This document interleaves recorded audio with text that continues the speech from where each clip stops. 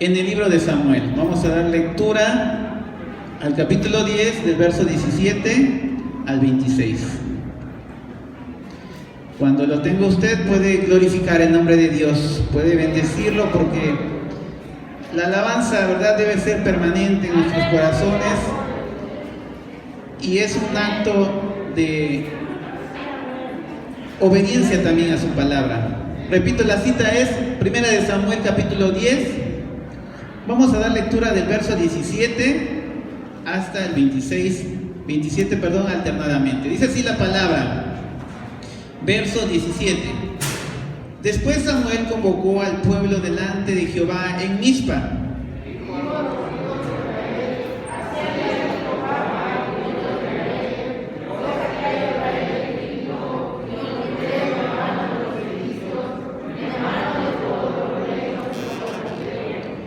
Pero vosotros habéis desechado hoy a vuestro Dios, que os guarda de todas vuestras aflicciones y angustias, y habéis dicho: no, sino pon rey sobre nosotros.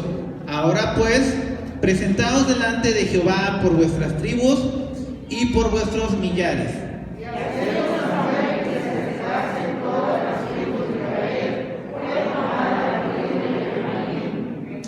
E hizo llegar la tribu de Benjamín por sus familias, y fue tomada la familia de Matri, y de ella fue tomado Saúl, hijo de Cis, y le buscaron, pero no le fue hallado.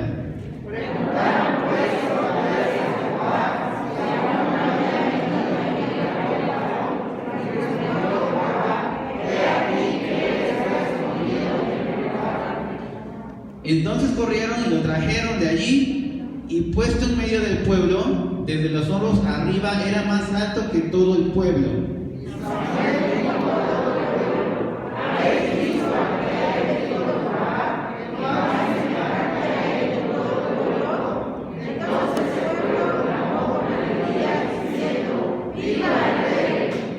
Samuel recitó luego al pueblo las leyes del reino y las escribió en un libro, el cual guardó delante de Jehová.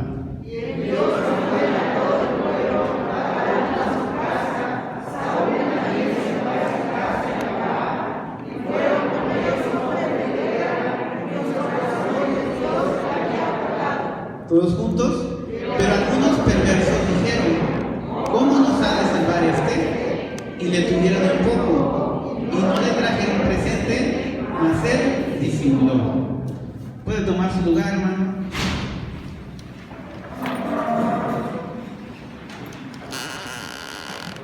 Pues seguimos con nuestro estudio del libro de Samuel, el primer libro, y hoy nos corresponde analizar del capítulo 8 al 12.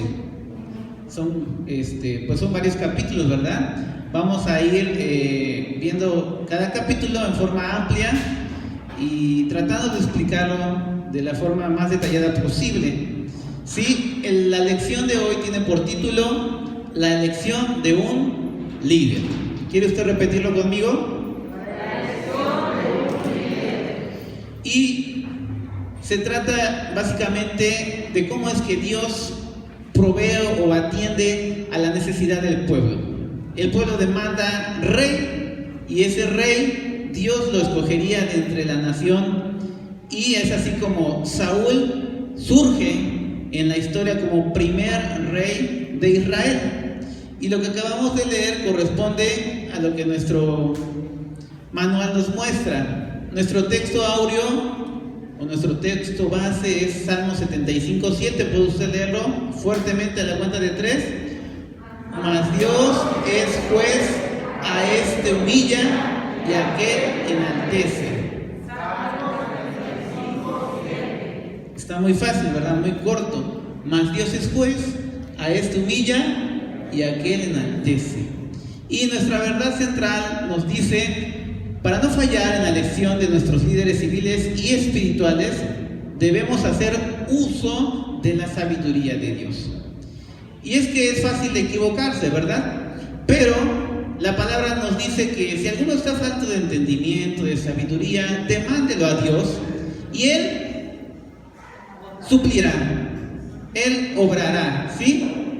En Dios tenemos más riquezas de las que nosotros podemos imaginar, y me refiero a las riquezas espirituales, ¿verdad? En este ejemplo nos habla acerca de la sabiduría, del entendimiento, discernir entre lo que conviene y aquello que perjudica al hombre, porque a veces es difícil entenderlo cuando no estamos caminando en la dirección que Dios quiere. Y nuestra lección se divide en 3 puntos, como siempre, el cual dice el primero: el pueblo rechaza el plan de Dios. Usted sabe que Samuel hace cierre o termina una etapa en la historia de la nación. La etapa que nosotros conocemos como la de los jueces se caracteriza por personas rebeldes, personas que, como dice la misma palabra, cada quien hacía lo que bien le parecía, ¿sí? Y Samuel surge como uno de los últimos jueces y uno de los primeros profetas para hacer un llamado de atención a la nación, ¿sí? Él se encargaría de reunificar el reino. Ustedes recuerdan la clase de hace 3 domingos, donde nos hablaban acerca de aquel avivamiento que tuvo el pueblo en aquel lugar donde tuvo esa victoria delante de los filisteos, y Dios truena en los cielos, Dios salva a Israel sin ellos tener un ejército, los defiende de los filisteos, y esto produce un avivamiento en Israel. Ebenezer, así lo llama Samuel, que de esta manera Dios los libra y ellos vuelven al camino, ¿sí? Retoman, abandonan sus dioses, abandonan sus costumbres paganas, y ahora ellos tienen el pleno entendimiento que Dios está con ellos. Dios los ayuda.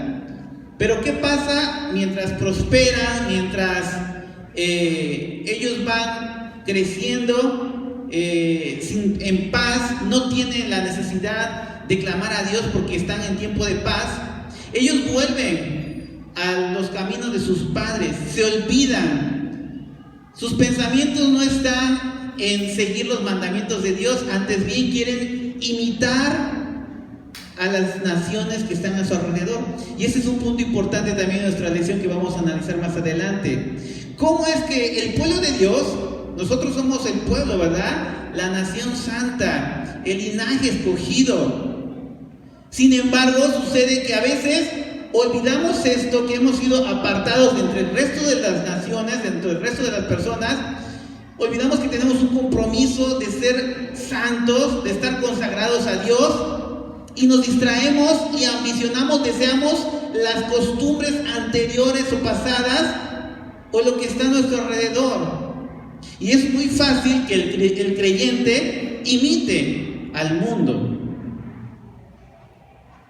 Vamos a verlo más adelante. Y comenzamos con el capítulo 8. Le invito a que no pierda de vista. Del capítulo 8 al capítulo 11 vamos a estar leyendo varios versos. Vamos a hacerlo rápidamente porque sí es muchas citas, pero vamos a explicarlo lo más amplio posible. Y este capítulo nos habla acerca de el pueblo. Pide rey, demanda a Samuel un rey como los que ellos estaban viendo en las naciones a su alrededor. Nos dice que al envejecer Samuel, menguaron sus capacidades administrativas para atender a las necesidades del pueblo. El pueblo ya había crecido. Se necesitaba más que un solo sacerdote. Recordemos que Samuel hizo un papel muy importante en la nación. Él fue uno de los precursores, uno de los que iniciaron la restauración. En el ministerio de Samuel vemos cómo todo Israel se ve unificado. Las tribus se volvieron una, estaban bajo el liderazgo de este varón y Dios los prosperaba. Pero pasan los años y vea lo que dice el verso 3 del capítulo 8. Vamos a ir leyendo algunos de estos versos. Dice: pero no anduvieron los hijos por los caminos de su padre, antes se volvieron tras la avaricia, dejándose sobornar y pervirtiendo el derecho. Está hablando de los hijos de Samuel. Samuel encarga a sus dos, no dice la palabra cuántos eran, pero encarga a sus hijos el ministerio. Ahí en el mapa podemos ver a mano derecha el planisferio, donde está la ubicación de Israel, y a la izquierda vemos este pequeño espacio geográfico donde nos damos cuenta que en el punto rojo señala Mizpa. Mizpa era el lugar donde tenía la residencia de Samuel. Mientras tanto, en el punto amarillo hacia el sur señala Berseba, donde los hijos de Samuel estaban también ministrando. Pero pasó algo. Estos varones se corrompieron. A pesar de ser hijos de Samuel, de ver un ejemplo, ellos se corrompieron ante el poder, dejándose sobornar, y hicieron cosas que no agradaban a Dios ni al pueblo.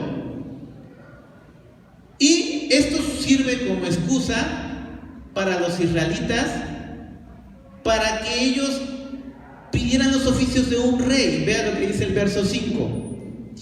Y le dijeron: he aquí, tú has envejecido, y tus hijos no andan en tus caminos. Por tanto, constituyenos ahora un rey que nos juzgue, como tienen todas las naciones. Ellos se les presentó ese pretexto para demandar a Dios o a Samuel un rey, como el resto de los pueblos. Y es que en realidad el pueblo pedía un rey para ser semejante a las demás naciones paganas que existían a su alrededor. Y aquí el peligro del pueblo.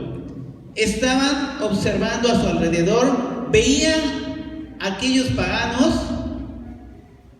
y deseaban, anhelaban tener sus mismas costumbres, y en este caso demandaron un rey. Y ese es un peligro para la nación de Israel, porque más tarde esta decisión que tomaron se convertiría en su perjuicio. Dios les advertiría, sin embargo ellos no harían caso. Y hoy en la actualidad nosotros también podemos percatarnos de que la mundanalidad, el deseo de imitar a los demás, constituye un peligro para la iglesia. A veces esos temas se tratan más con los jóvenes, ¿verdad? De no imitar las costumbres de afuera. Sin embargo, vamos a analizar que el mundo se infiltra hasta en los mayores. Y es que nuestro estudio nos marca dos plagas mortales para el cristiano, para el creyente. Número 1, la mundanalidad. Es todo aquello que está referente al mundo, a las prácticas, a las actitudes que vemos a nuestro alrededor y que no estamos ajenos. Y por ello surge este deseo de imitar. Si ellos lo practican, pues ¿acaso nosotros no lo podemos también hacer? Y es muy claro cómo es que la palabra nos dice tajantemente que debe de haber una seria división, debe de estar bien delimitado el mundo y los hijos de Dios. No puede haber esa combinación.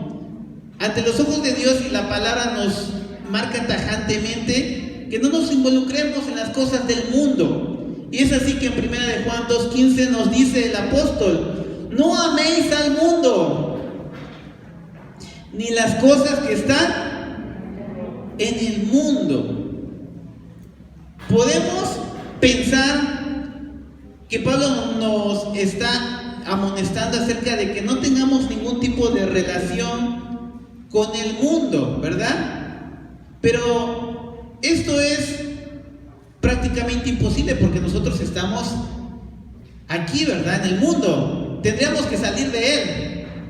Y algunos piensan que la mundanalidad tiene que ver solamente con la conducta externa, con las personas que nos llevamos, con las prácticas que realizamos, con las actitudes. Pero en realidad la mundanalidad comienza en el corazón, en el interior del hombre, con ciertas actitudes que la palabra nos marca, y por eso dice más adelante, porque todo lo que hay en el mundo, los deseos de la carne, es decir, todos los deseos físicos que nosotros podemos ambicionar, anhelar, y más adelante dice, los deseos de los ojos, todo aquello que nosotros podemos mirar, desear, tener avaricia, acumular bienes. Y la tercera parte, el tercer aspecto nos dice que la vanagloria de la vida. Y esto a veces se convierte en una obsesión, ¿verdad? En ir subiendo de nivel, en la importancia del yo, que nuestra presencia esté marcada en el estatus social donde nos desenvolvemos, el reconocimiento personal. Entonces, si nosotros pensamos o llegamos a imaginarnos que el mundo se evita no juntándonos con los incrédulos, estamos equivocados, porque a primera vista nosotros podemos demostrar que no estamos participando de los placeres mundanos, podemos aparentar, pero ¿qué hay de las actitudes que nosotros llevamos dentro y que nadie puede ver? Solamente Dios y nosotros conocemos.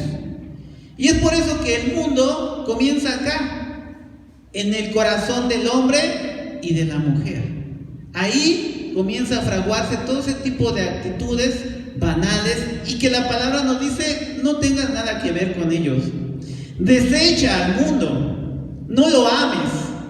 Por el contrario, ama a Dios con todas tus fuerzas, con toda tu mente y con todo tu corazón. Y en 2 de Corintios 6, 14, 18, si alguien le quiere dar lectura, le voy a agradecer.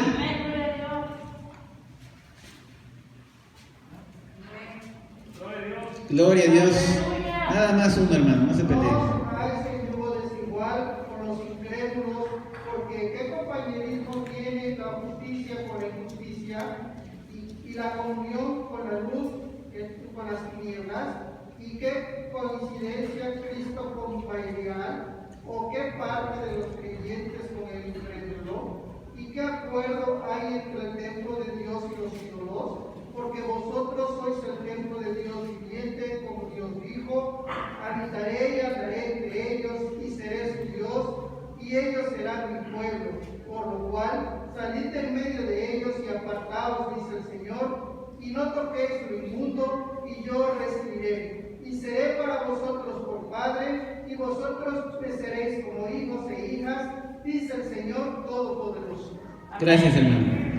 Pues bien, cuando nos dice aquí, no os unáis en yugo desigual con los incrédulos, porque ¿qué compañerismo tiene la justicia con la injusticia? Y sigue diciendo más adelante. Generalmente este verso lo ocupamos para los jóvenes, ¿verdad? Relacionado al tema del matrimonio. Sin embargo, lo que la palabra nos está diciendo aquí, y podemos llegar a entenderlo de esa manera, es que no tengamos ningún tipo de relación con el mundo, con los incrédulos, con los impíos. Pero esto no es del todo específicamente cierto. No se refiere solamente a aislarnos, porque si no tenemos planeado tener comunión con el mundo, no estamos entendiéndolo de la manera correcta. Lo que en realidad dice es que nosotros debemos de entender primeramente que no podemos salir del mundo, porque estamos aquí, estamos en la carne. Y si no tenemos comunión con el mundo, pues ¿de qué manera nosotros podríamos cumplir la encomienda de Cristo? De ir y predicar el Evangelio. No se puede, ¿verdad? Lo que el apóstol Pablo está marcando aquí es que nosotros no debemos de imitar estas costumbres del mundo.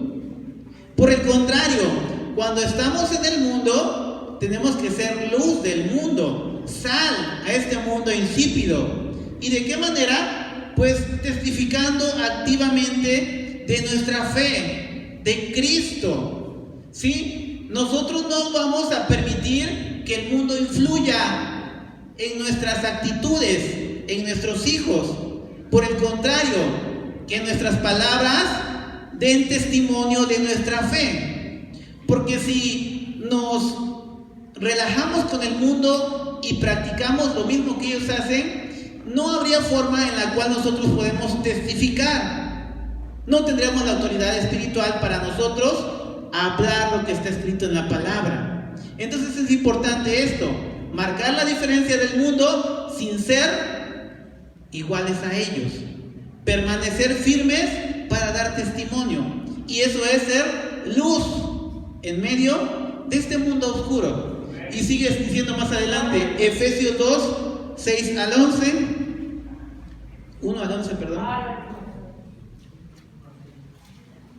Y Él os dio vida a vosotros cuando estabais muertos en vuestros delitos y pecados, en los cuales anduvisteis en otro tiempo siguiendo la corriente de este mundo, conforme al principio de la potestad del aire, el espíritu que ahora opera en los hijos de desobediencia, entre los cuales también todos nosotros vivimos en otro tiempo en los deseos de nuestra carne, haciendo la voluntad de la carne y de los pensamientos, y éramos por naturaleza hijos de ira, lo mismo que los demás. Pero Dios, que es rico en misericordia, por su gran amor con que nos amó, aun estando nosotros muertos en pecados, nos dio vida juntamente con Cristo, porque por gracia sois salvos. Gracias, hermano. Hasta ahí se ve. El apóstol está marcando aquí un contraste entre la vida y la muerte. Y dice que todos aquellos que participan del mundo, que están inmersos en sus pecados y delitos, están considerados muertos para Dios. Y así nosotros debemos de considerarnos al mundo, muertos, ¿verdad? Al pecado, a nuestras viejas costumbres, a nuestras actitudes pasadas. Pero ahora en Cristo estamos vivos y nuestros miembros no sucumben al pecado, sino ahora nuestras manos se utilizan para el servicio a Dios, son instrumentos de justicia. Por eso es importante marcar esa diferencia. Y en Efesios 4, del 17 al 24, nos dice: esto pues digo y requiero en el Señor, que ya no andéis como los otros gentiles que andan en la vanidad de su mente. Y el 22 dice: en cuanto a la pasada manera de vivir, despojaos del viejo hombre, que está viciado conforme a los deseos engañosos, y renovaos en el espíritu de vuestra mente, y vestíos de nuevo hombre, creado según Dios en justicia y en santidad de la verdad. ¿Qué quiere decir? Que de nuestra vida pasada ya no debemos ni de recordarla. Las cosas viejas han pasado. Y la palabra nos dice que a partir de que nosotros aceptamos a Cristo como Señor y Salvador, todas las cosas fueron hechas nuevas y con un propósito más glorioso. Antes éramos esclavos del mundo, ¿verdad? Del pecado. Pero ahora tenemos la libertad para sujetarnos a la voluntad de Dios, no a nuestros deseos, no a nuestras pasiones, no a lo que este mundo ofrece. Y es que a veces el cristiano invierte mucho tiempo en dejar el mundo, en dejar sus pasiones, en dejar esas actitudes, pero se desgasta y a veces no ve el resultado porque sucumbe ante las mismas cosas. Desgasta sus fuerzas y no ve ninguna mejora. ¿Por qué pasa esto? Porque sencillamente nosotros no podemos dejar nuestras fuerzas, ¿verdad? En vez de estar esforzando y malgastando nuestra fuerza en dejar este mundo perverso, en las actitudes que estamos acostumbrados, debemos de redoblar esfuerzos, pero en acercarnos a Dios. Cuando nos acercamos a Dios, Él endereza lo torcido de nuestra mente y nuestros pasos los redirecciona al camino correcto. Él nos muestra el camino que debemos de andar, sus propósitos. Y es así que entendemos que sus propósitos son mejores, eternos, que los que estábamos acostumbrados a hacer antes. ¿Y cuál es el resultado? Una vida renovada, transformada por el poder del Espíritu de Dios. Pero les digo, a veces malgastamos nuestras fuerzas en luchar con el pecado. Dejemos esa batalla porque saldremos lastimados, decepcionados. Acerquémonos a Dios y Él hará la obra, no en nuestras fuerzas, sino en las propias, porque Él cumple su palabra y Él hará una obra. El que comienza la obra la perfecciona hasta el día de su venida, y eso es algo maravilloso. Y en Romanos 12:2 dice: renovaos. ¿En dónde, hermano? En nuestra mente. No debemos de conformarnos a este siglo, ¿verdad? Al mundo. Al mundo.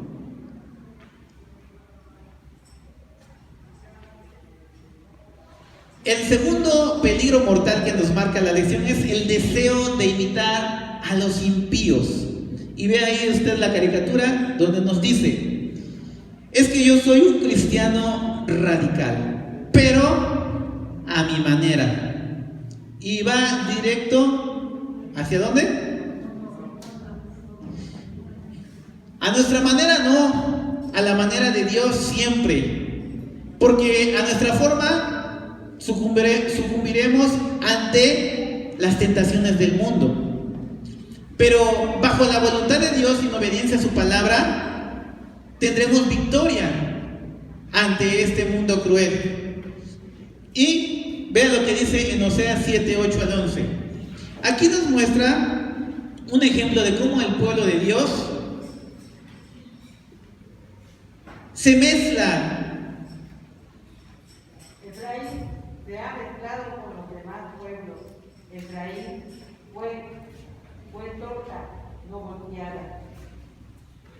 Y devorarán extraños su fuerza, y él no lo supo, y aún ganas le han cubierto, y él no lo supo, y la soberbia de Israel testificará contra él en su cara, y no volvieron a probar su Dios, ni buscaron por todo esto.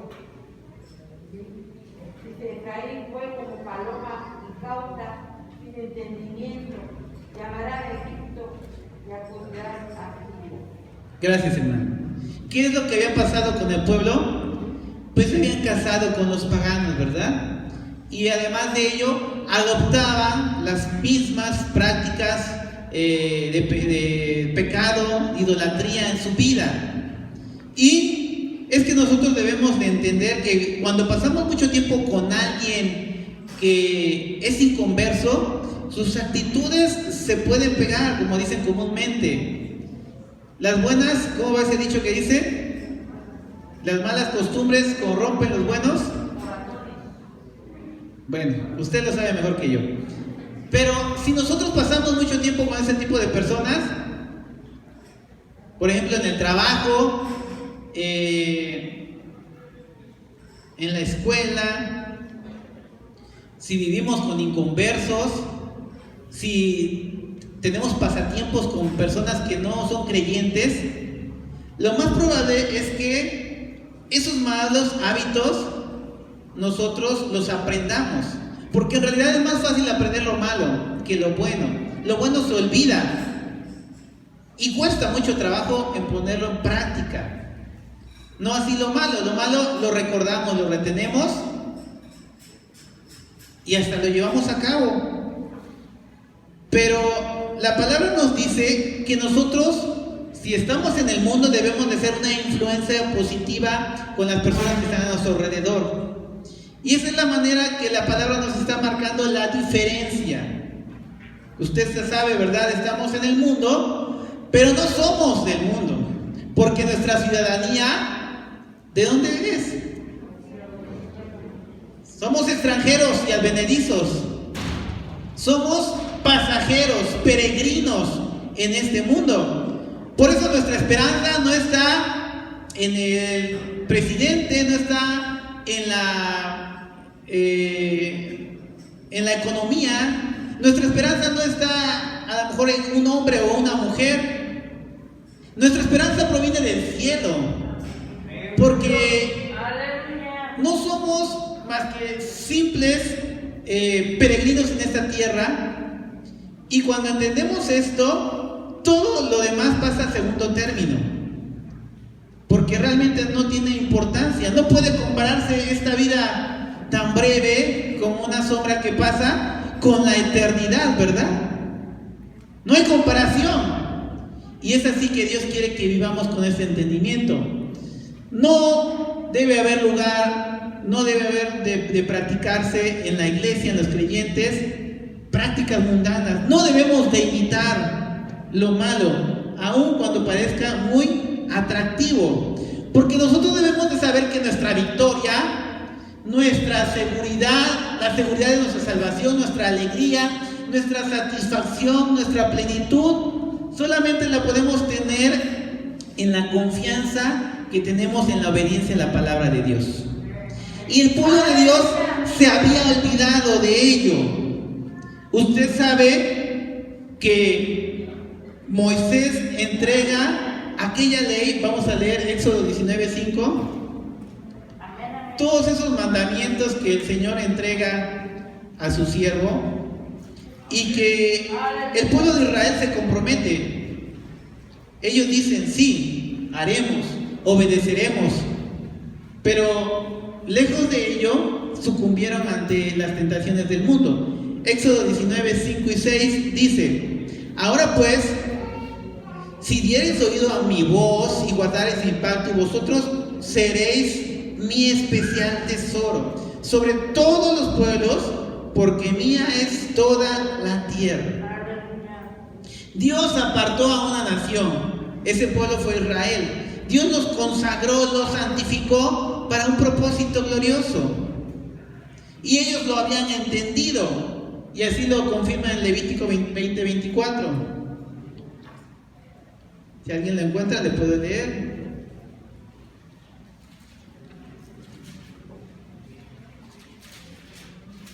Vosotros ha dicho: vosotros poseeréis la tierra de ellos, y yo os la daré para que la poseáis por heredad, tierra que fluye leche y miel.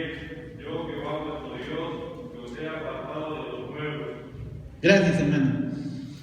Él se encargó de apartar a su heredad para conquistar, para bendecir, y no solamente a aquella nación, sino a todas las naciones de la tierra por medio de una, que fue la escogida, Israel. Y Números 23:9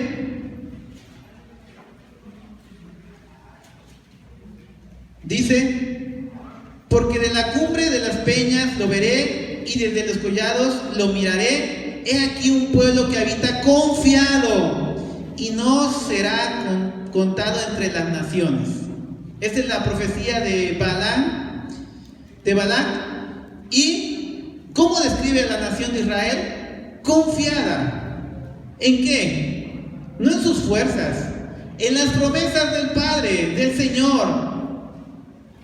Y es así la diferencia entre el mundo y los creyentes. El creyente está pasando por situaciones adversas, difíciles. Puede estar enfermo, puede transitar el valle de sombra de muerte, pero ¿qué pasa? Está confiado en su corazón, ¿verdad? Porque su ayudador es el que viene de lo alto. El que está en los cielos mira a los hombres. Y si mira a los hombres, de sus hijos tiene mayor cuidado. Y provee, y sana, salva, provee, restaura. Porque son promesas en la palabra. Y nosotros las corroboramos cuando las recibimos. Y podemos testificar de ello. Y así nos sigue mencionando en Deuteronomio. Vamos a seguir más adelante con una advertencia solemne. El pueblo, dice aquí que Samuel interpretó la necesidad del pueblo de pedir un rey como un insulto a su persona, porque realmente pues estaban despreciando el ministerio sacerdotal de el profeta. Sin embargo, nos dice aquí en el verso 6, volvamos al primer libro de Samuel, capítulo 8.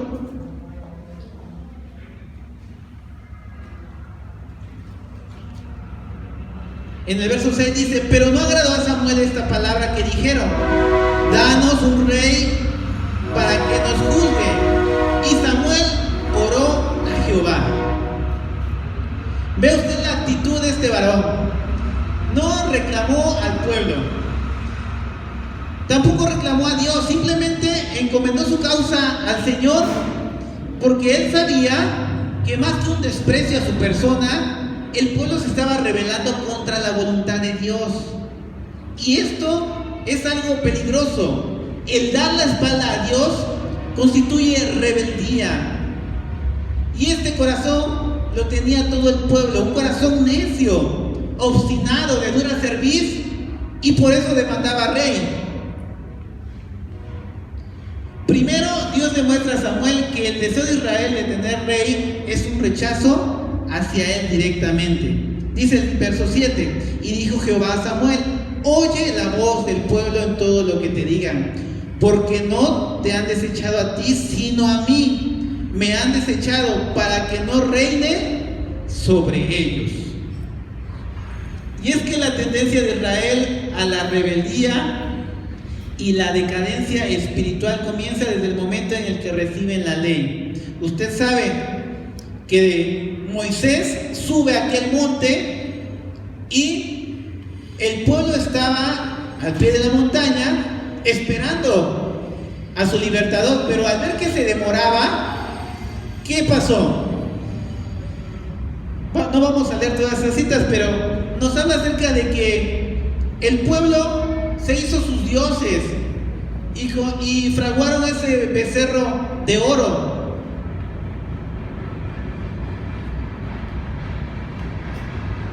A pesar de que ellos vieron las maravillas de Dios y el poder sobrenatural, ellos se volvieron al mundo. Se rebelaron contra Dios desde ese momento. Y a partir de esa fecha, los altibajos de la nación de Israel fueron frecuentes. Tiempos de avivamiento, tiempos de decadencia espiritual, pero nunca permanecieron fieles. Sin embargo, la palabra, las promesas de Dios siempre permanecieron constantes, fieles. Y el pueblo sucumbió, se rebeló abiertamente contra Dios. Y además de complacer esta petición, Dios hace una serie de advertencias severas. Ve el verso 9, dice: ahora pues oye su voz, mas protesta solemnemente contra ellos y muéstrales cómo les tratará el rey que reinará sobre ellos. Vea cómo es que Dios, a pesar de que Israel se rebelaba, Dios le da, como decimos nosotros, el libre albedrío. Cuando nosotros damos la espalda a Dios y vemos que no pasa nada, es porque es la providencia de Dios para nuestras vidas. A pesar de que desobedecemos, a que nos mostramos rebeldes, Dios tiene paciencia. Y Dios espera que volvamos arrepentidos, pidiendo el perdón, pidiendo el socorro de Él. Y aquí nos dice que a pesar de que Samuel anunció un panorama oscuro para el pueblo, no escucharon la advertencia. Anteriormente, en los tiempos de Moisés, él claramente estableció, dice: les pongo delante de ustedes la vida y la muerte. Escojan. En nuestro corazón también hay la libertad para decidir, ¿verdad? Y es que nosotros tenemos esa bendición, por la gracia de Dios, de escoger la bendición, de escoger la vida. Pero no es porque nosotros lo hayamos decidido, sino que Dios es el que motiva a nuestras vidas a la obediencia, a la sujeción de su palabra. Y el pueblo fue advertido: este rey va a tomar a lo mejor de tus hijos, a tus jóvenes, a tus valientes para su ejército. Y además va a tomar lo mejor de tus tierras, de tus frutos, lo va a repartir a sus allegados, a sus consentidos. Y además va a ocupar a tus mujeres para amasar el pan, va a encargarse de poner yugo, de poner impuestos, obligaciones, y no te va a favorecer. te va a esclavizar. Y lo vemos muy claramente posteriormente, ¿verdad? Cuando Roboam lo van a visitar aquellos hombres y les dice: disminuye el yugo que tu padre puso sobre nosotros y nosotros te serviremos. Sin embargo, él no atendió la petición del pueblo. ¿Y qué responde? Voy a multiplicar el yugo que mi padre puso sobre ustedes. Y es precisamente la consecuencia, ¿verdad?, de haber desechado el reino dirigido por Dios a un reino de hombre. Porque ellos lo escogieron de esa manera. Querían un rey y escogían a un rey. Fue fácil, pero para deshacerse del rey, pues les iba a costar mucho trabajo. Y es que el pueblo se había aferrado a su necia decisión y de ninguna manera quisieron prestar a la advertencia. El verso 19 dice: pero el pueblo no quiso oír la voz de Samuel y dijo: no, sino que habrá rey sobre nosotros. Por sus pantalones, ¿verdad? Y llegamos al punto número 2, donde nos dice que Dios revela la elección de ese rey. Vayamos al capítulo 9, donde nos habla la forma en la que Dios prepara a Saúl, el deseado, como significa su nombre. Y nos dice que había una tarea común y corriente que tenía que desarrollar este varón. Y Saúl, sin haberlo planeado, llegó ante el profeta Samuel. Capítulo 9, verso 3 dice: y se había perdido las asnas de Cis, padre de Saúl, por lo que dijo Cis a Saúl, su hijo: toma ahora contigo a alguno de los criados y levántate y ve a buscar las asnas. Usted sabe la historia, ¿verdad? El padre manda a buscar a su hijo aquellas asnas perdidas. Y este hombre toma a su criado, empiezan el viaje, no la encuentran, y posteriormente el criado que la acompañaba a Saúl fue el de una idea maravillosa, obviamente dirigida por Dios, y dijo: quizá el vidente o el profeta podrá ayudarnos. El vidente o el profeta se está refiriendo a Samuel. Y esta palabra vidente es la traducción del hebreo que se utiliza para aquel hombre iluminado por Dios para transmitir la voluntad al pueblo. Y posteriormente se ocupaba la palabra profeta. Entonces vidente y profeta prácticamente es lo mismo. Profeta es el vocero o el mensajero de Dios, ¿verdad?, para el pueblo. Y el verso 6 del capítulo 9 dice: y él respondió: he aquí ahora hay en esta ciudad un varón de Dios que es hombre insigne. Todo lo que él dice acontece sin falta. Vamos pues allá, quizás nos dará algún indicio acerca del objeto por el cual emprendimos nuestro camino.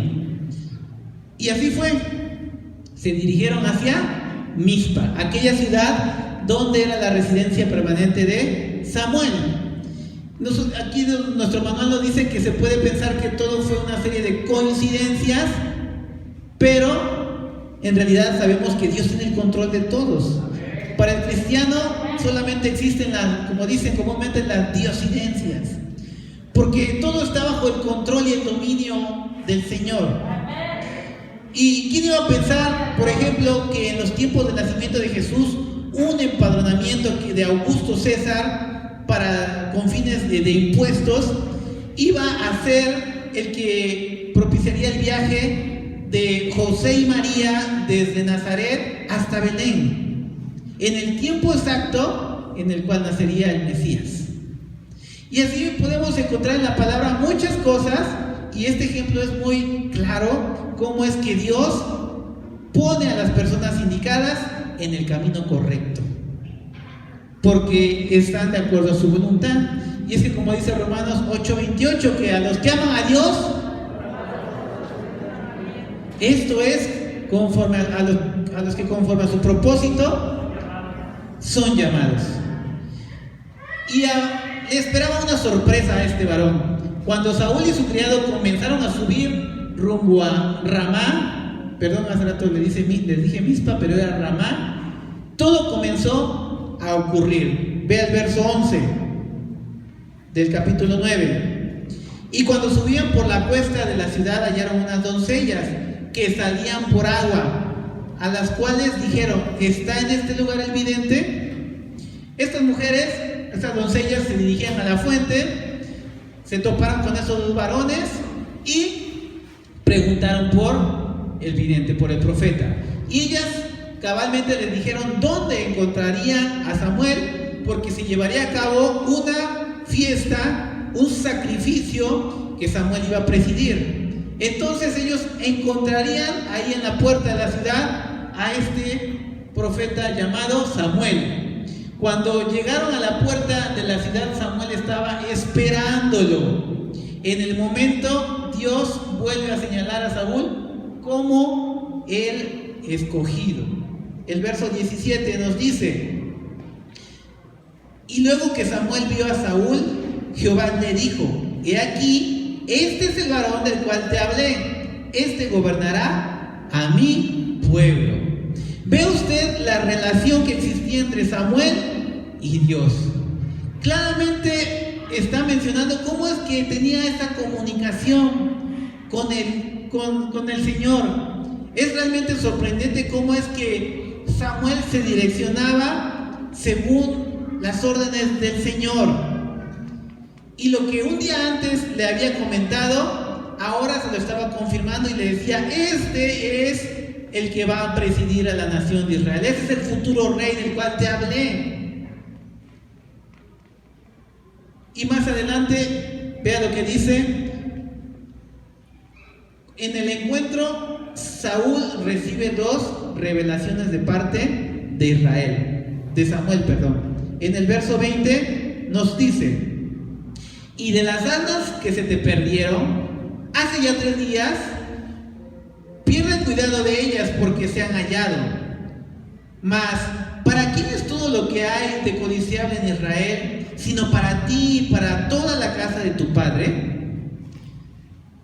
Fue una pregunta que en el momento tal vez no entendió este varón, pero que Samuel le da la respuesta en el verso 21.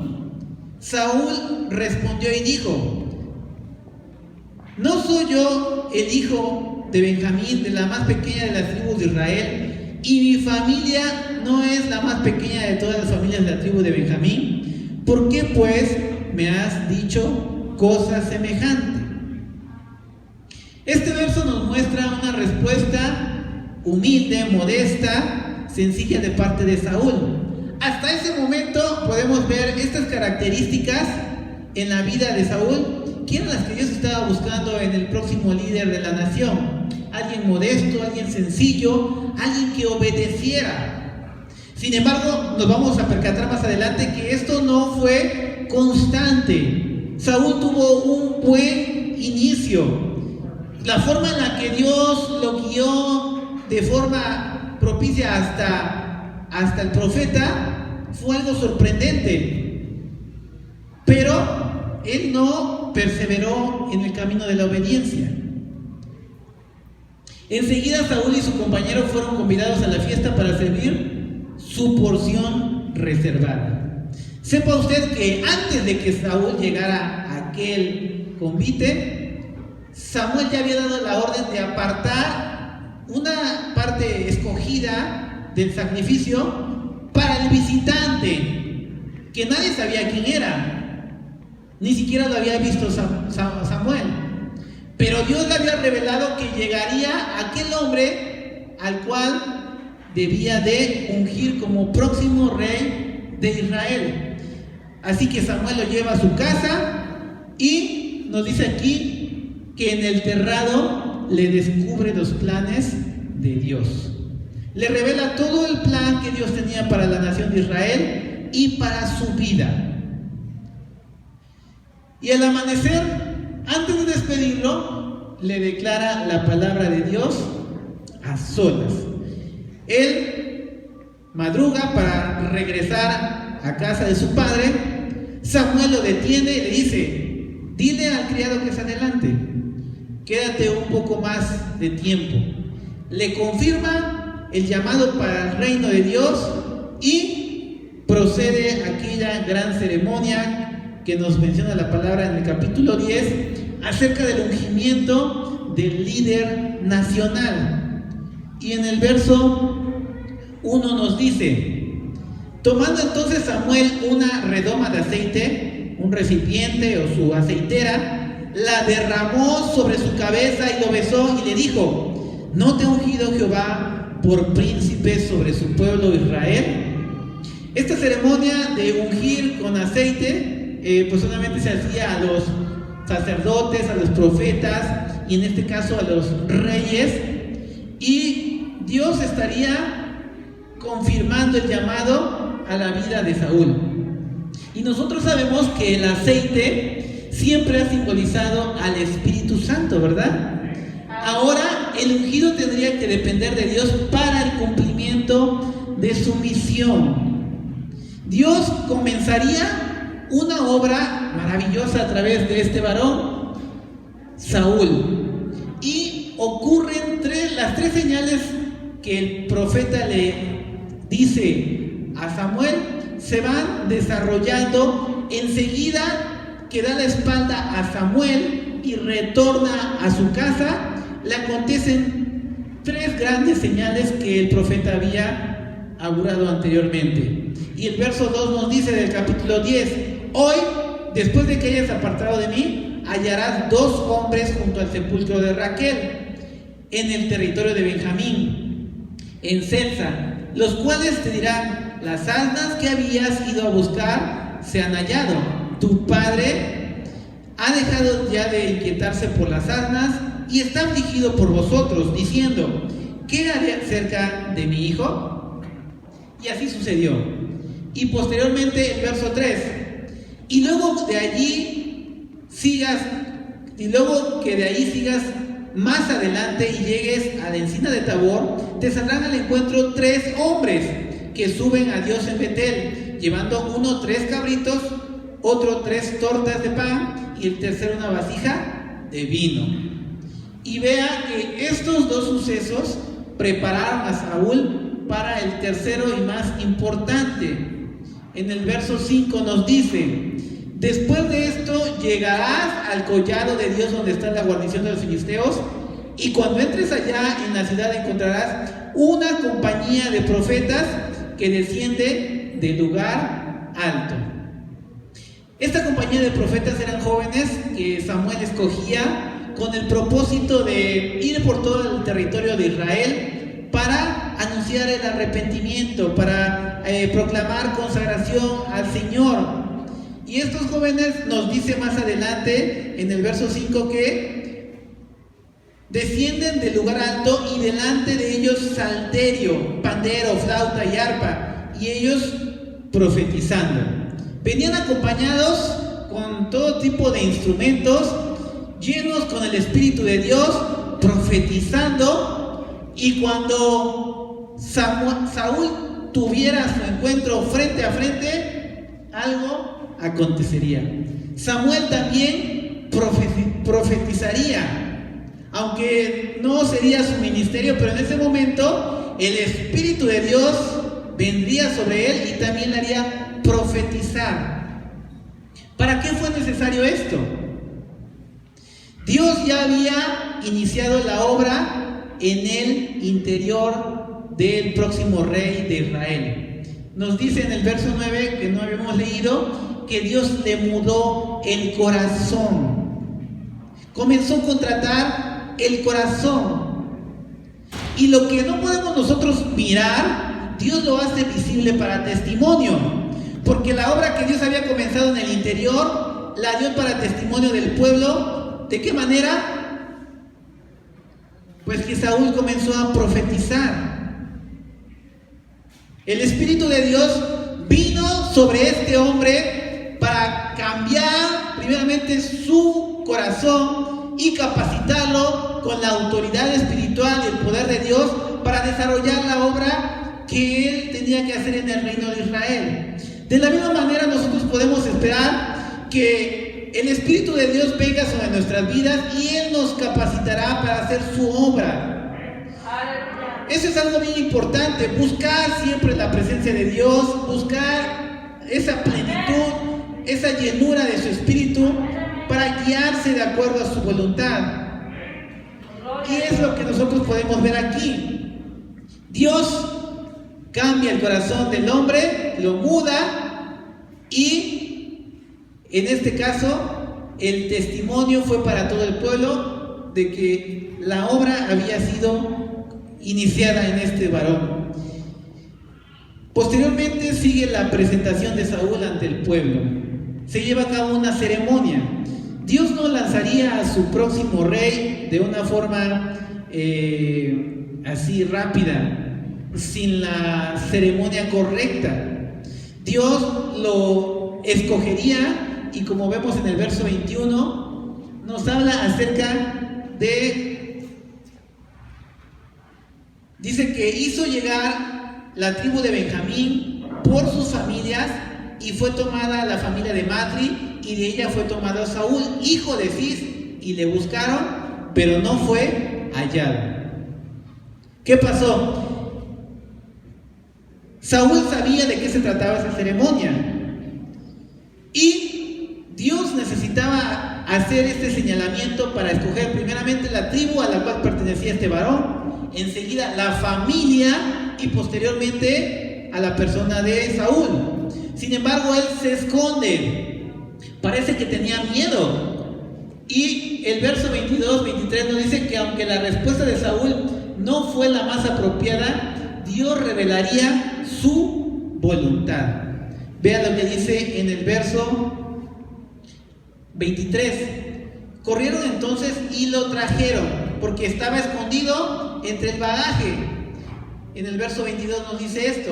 Esto era donde guardaban las pertenencias de todos aquellos que habían sido convocados, de toda aquella reunión de todas las tribus de Israel. Había una tienda y ahí se escondió entre el equipaje de las demás personas, pero Dios le revela dónde se encuentra, lo manda a traer y lo pone delante del pueblo. Cuando el pueblo lo mira y ve que es un joven de buen parecer, alto, todos empiezan a victoriarlo. ¡Viva el rey! ¡Viva el rey! Esto era una confirmación de la aprobación de lo que Dios había comenzado a hacer en la vida de este hombre.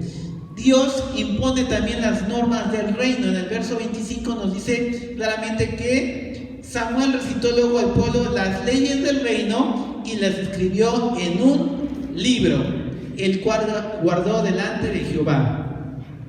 Dios se encarga de normar la vida del rey, pero también de establecer las condiciones del reino, y por eso escribe este libro.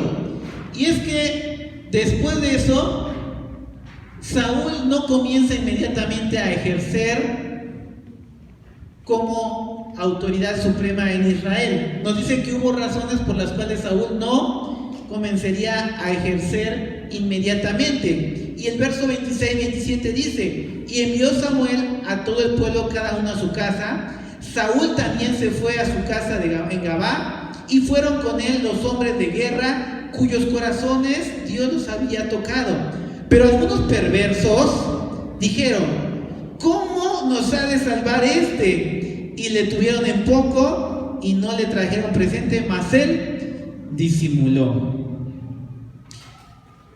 Después de lo que Dios estaba haciendo en la vida de este varón, algunos aceptaron la voluntad de Dios.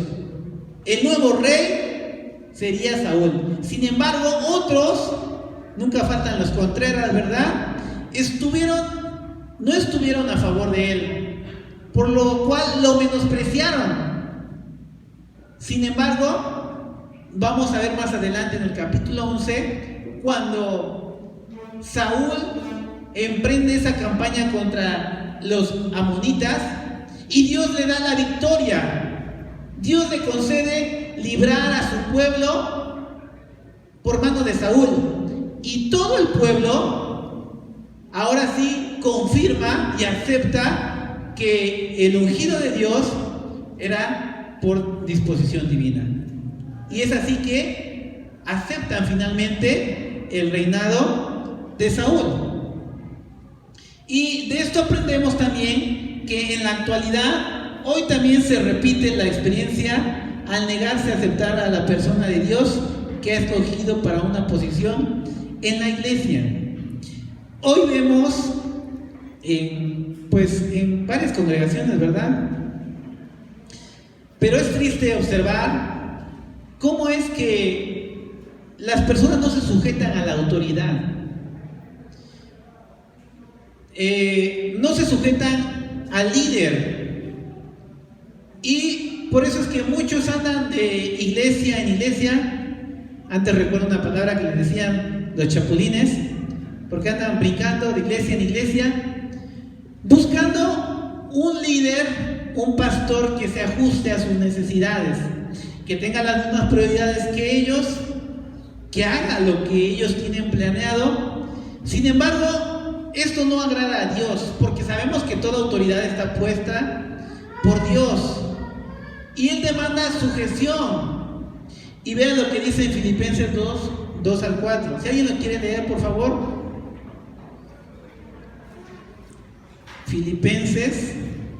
Completad mi gozo, sintiendo lo mismo, teniendo el mismo amor, unánime, sintiendo una misma cosa. Nada hagáis por contienda o por vanagloria, antes bien, con humildad, estimando cada uno a los demás como superiores a él mismo, no mirando cada uno por lo suyo propio, sino cada cual también por los otros. Gracias, hermano. Es una recomendación, ¿verdad? Siempre la guianza del Espíritu Santo, siempre el temor de Dios nos ayudará a someternos y a sujetarnos a la autoridad, porque esto le agrada a Dios. Y si a veces no estamos de acuerdo, pues pidamos a Dios que Él nos confirme pues su palabra, y oremos también por el que está al frente, ¿verdad? Por el líder, porque todos somos humanos, cometemos equivocaciones. Sin embargo, no está en nosotros el juzgar, sino antes orar y pedir por aquel que nos preside. Y vean lo que dice nuestra conclusión. Si Dios es nuestro soberano, si realmente Dios es el que reina en nuestro corazón y el que tiene la autoridad sobre nosotros, debemos de someternos a su voluntad, a su palabra y al liderazgo que Él ha establecido para que nos vaya bien. La obediencia siempre es en provecho propio. Si nosotros obedeceremos, seremos recompensados en el desempeño de nuestros deberes y el reino del Señor se engrandecerá en nosotros. Siempre la obediencia nos conlleva a la bendición. Y la palabra del Señor nos quiere bendecir. La palabra nos quiere animar a seguir perseverando, a no sucumbir ante los deseos de la carne, ante los deseos de los ojos, ante la vanagloria de la vida, ante todo lo que el mundo pueda ofrecernos. No tenemos que imitar lo que está afuera, porque nosotros hemos sido apartados, consagrados con un propósito glorioso, para anunciar las verdades de aquel que nos llamó de las tinieblas a su luz admirable. Y esta labor la podemos hacer aquí, en la iglesia, sujetándonos bajo nuestras autoridades, bajo los líderes que Dios ha establecido, en obediencia y sujeción a lo que el plan se nos presenta, ¿sí? Y eso a Dios le agrada, porque Él premia siempre la obediencia. Esto es lo que corresponde a nuestra lección de nuestra escuela dominical, y es algo sorprendente, ¿verdad? ¿Cómo es que Dios prepara a un rey prepara al próximo ungido para que lidere a un pueblo, para que aquella nación tenga un resurgimiento espiritual. Y ese siempre es el propósito, que no sucumbamos, que nuestro deseo siempre sea estar en victoria ante lo que este mundo pueda presentarnos. Vamos a ponernos de pie, vamos a dar gracias.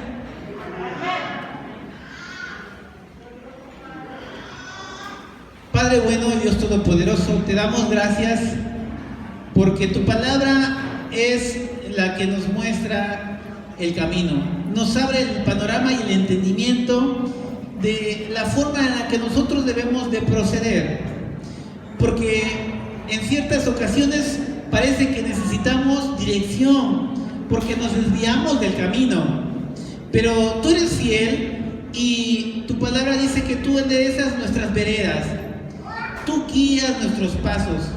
Enséñanos, Señor, a andar en obediencia y en sujeción y en obediencia a tu palabra, porque de esa manera nosotros engrandeceremos tu reino en esta tierra, proclamaremos tu verdad, anunciaremos tu palabra y llevaremos a cabo, Señor, tu labor de dar el testimonio que tú esperas como hijos tuyos.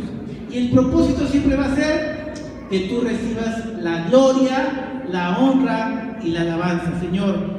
En esta mañana ponemos a tu iglesia en tus manos y te pedimos, Señor, que nuestro corazón siga renovándose, que nuestra vida siga afirmándose en tu palabra, que nuestra mente siga siendo transformada con el poder de tu palabra y que tu Espíritu Santo siga mudando nuestro corazón, nuestro interior, para honrarte con nuestra obediencia, andando en tu voluntad.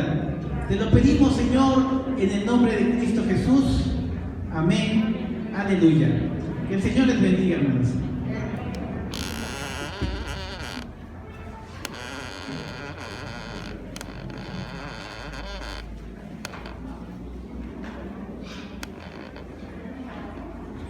Aleluya. Así como estamos de Amén. pie, hermanos, damos gracias a Dios por su palabra.